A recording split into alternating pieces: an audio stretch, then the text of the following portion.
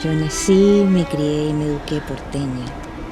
Y aunque mi familia era de izquierda, el orgullo que sentíamos de tener a la Armada de Chile era enorme.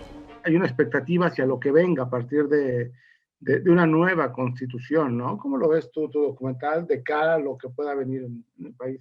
Justamente el documental lo que refleja son heridas, podríamos decir, de un pasado, pero que no se quedaron en ese pasado, sino que tienen su manifestación en el presente, puesto que temáticas tan relevantes como la justicia, la verdad, qué sé yo, como la memoria, todos esos temas que trata el documental Aide y el pez volador, tienen todo que ver con el fondo, con construir un país diferente, ¿no? Donde en el fondo la sociedad se haga cargo de todas estas temáticas que en el fondo en todos estos años desde que recuperamos la democracia siguen siendo temas pendientes para muchísimos chilenos y para la sociedad completa. Entonces es una oportunidad de que en el fondo a través de una nueva constitución realmente se pueda dar cabida a todos estos temas, ¿no? Que nos hagan un país mejor. ¿Qué encontraste en la historia de Aide? Que, porque como ella, supongo, hay muchas, ¿no? También hay algo de eso en la película. ¿Qué Claro. encontraste en su historia que te enganchó por el documental? Tuve la oportunidad de trabajar en la investigación de historias de sobrevivientes de prisión política y tortura en Chile. Entonces, buscando esas historias para un programa, es que llegué a la historia de Aide. Me impactaron dos cosas de Aide. O sea, primero, lo primero que te impacta es ella, porque es una persona muy cálida, de una sonrisa muy ancha, como una energía, transmite una ternura muy fuerte, pero cuando sabes todo lo que ha vivido, no te explicas cómo ella pudo seguir viviendo después de haber pasado por una experiencia tan dolorosa, tan tremenda, tan desgarradora. Entonces, bueno, después uniendo esas dos cosas, digamos, siempre quería hacer un documental con ella y se publicó un reportaje justamente como tú señalas, con esa historia, pero con esa historia y otros agregados, porque estaba no solo la historia de Aide, sino que cómo esa historia de Aide había llegado finalmente a la justicia, después de 30 años, qué sé yo, llegaba a la justicia por la acción de un ciudadano chileno anónimo, desinteresado, no la conocía, pero se conmovió tanto con su historia que decide, como él era un abogado, presentar una querella contra los que resulten responsables. Y en el fondo, contra todo pronóstico, esa querella avanza y se obtiene esta condena, que es una condena muy histórica, muy única en nuestro país. Si bien es una condena muy pequeña, sienta un precedente y es muy importante. Aide fue víctima de tortura, fue víctima de muchas cosas.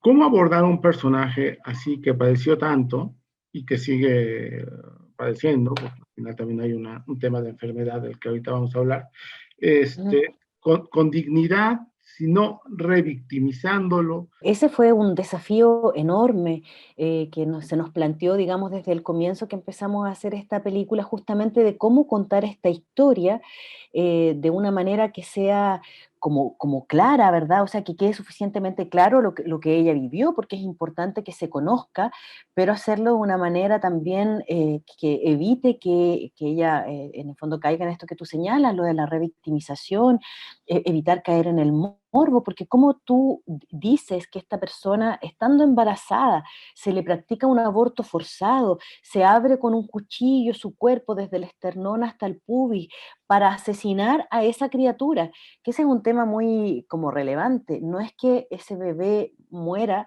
como consecuencia de la tortura, como que se les pasó la mano, ¿no?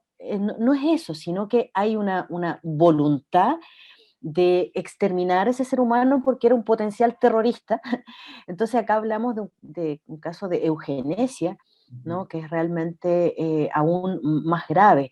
Y eso era todo un desafío para nosotros. La fotografía nos ayudó para entrar en otra dimensión del tiempo, del espacio, poder a través de la fotografía fija, análoga, poder detener el tiempo y entrar como en una dimensión más como de evocar esas situaciones a través del relato, a través del testimonio. Esa fue una de las formas que pudimos hacerlo.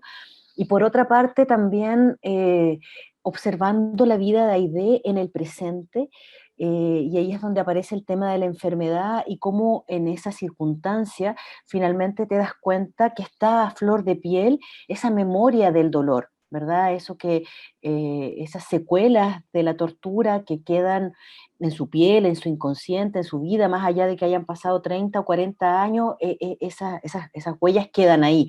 Entonces, eso también fue otra forma que nos permite como adentrarnos en lo que ella vivió, en lo que ella significó, en lo que significó esa experiencia para ella, y también a través del testimonio de sus hijos. En el fondo, a través del relato de las vivencias de sus hijos, también nos podemos dar cuenta de cómo esto no la afectó solo a ella, sino que se produce un daño en todo el entorno, ¿no? En la familia, y eso es algo que también persiste hasta hoy. Entonces, finalmente, a través de todos estos elementos, podemos extrapolar la historia de Aidé a la historia de tantos y tantos sobrevivientes, porque la historia de Aidé, por supuesto que no es única, así como ella. Otros 40.000 chilenos están reconocidos oficialmente como sobrevivientes de prisión política y tortura en un informe oficial. Suponemos que son muchos más, puesto que hay mucha gente que no declaró, entonces, pero mínimamente serían 40.000. Piensa que en nuestro país, de estos 40.000 calificados que te estoy señalando, hay apenas 20 casos donde se ha conseguido obtener justicia. De los 4 procesados, finalmente 3 viven, uno había fallecido antes de la condena, y se les dieron penas de 3 años y un día, que en nuestra legislación puedes cumplir con arresto domiciliario. Entonces esas personas ni siquiera pasaron un día en la prisión. Hoy en día, como han transcurrido ya varios años desde esa condena y desde que terminamos, o sea, desde que rodamos la película, esas personas están en libertad, caminan por las calles, eh, pero de todos modos sentimos que es muy importante y que la película misma constituye un gesto de reparación para Aidé y para muchas otras personas. Entonces, esta idea de usar tanta foto fija fue, Mm, o sea, lo que me dice ahorita, que es para reforzar esta narrativa del tiempo detenido de alguna manera. ¿Fue algo sí. que hiciste sobre la marcha o lo tuviste claro desde el principio? Digo, Fue una búsqueda desde el momento en que nos planteamos el desafío de cómo contar esta historia, ¿no? A través de qué recursos, de qué tratamiento audiovisual. Empezamos a ver alternativas y nosotros lo que sabíamos es que íbamos en términos de guión a unir 2 líneas narrativas. Por una parte estaba todo lo que sucedía en el presente, ¿verdad? ujú. Que era ser testigos de lo que pasa en este caso judicial, con todas sus estaciones hasta llegar al fin de esa trama, digamos, hasta la condena de la Suprema. Pero por otra parte había toda una línea narrativa que era desde el pasado, ¿no? Que en el fondo teníamos que contar quién era Aidé cuando ella tenía 21 años y el año 1975 es detenida, es tanto embarazada, qué le pasó, pero también era parte del pasado, en el fondo, cómo se origina este caso a través de la publicación de un reportaje por parte de una periodista que lleva su historia en la portada y ese es el reportaje que lee el abogado Vicente Barzana por casualidad y lo motiva a escribir la querella. Entonces teníamos pasado y presente. Para el presente la íbamos a seguir en todo lo que ella hiciera hoy día en la actualidad, observación, pero para el pasado no teníamos imágenes de eso. Entonces ahí es como empezamos a pensar cómo hacerlo y la fotografía fija empieza a aparecer como una posibilidad, porque nos permitía de alguna manera entrar en esa otra dimensión, pero no era algo tan antojadizo, sino que en el fondo toda la historia de Aidé de alguna manera nos remitía al valor de la fotografía. ¿En momento dudaste en poner en hablar de la enfermedad? Porque también adquiere una dimensión simbólica importante, ¿no? Por todo lo que tú dices, o sea, Aide, pues, se convierte en el cáncer como, casi como algo que está ahí enquistado de un periodo muy complicado. Sí, sí, sí, por supuesto, dudamos porque eso es algo que no estaba en ningún plan original, no era parte de ningún guión. Cuando yo conocí a Aidé, cuando empezamos a grabar la película, ella estaba sana. Ella enfermó durante el proceso de rodaje de la película. Y enfermó, aparece esto, de hecho, una vez que ya aparece la condena. Entonces, ahí nos vimos enfrentadas a esa duda que tú señalas, ¿verdad? ¿Lo incluimos, no lo incluimos? Y decidimos que sí, que teníamos que incluirlo, porque bueno, era algo que estaba pasando en ese momento, que era parte de la historia de lo que ella estaba viviendo.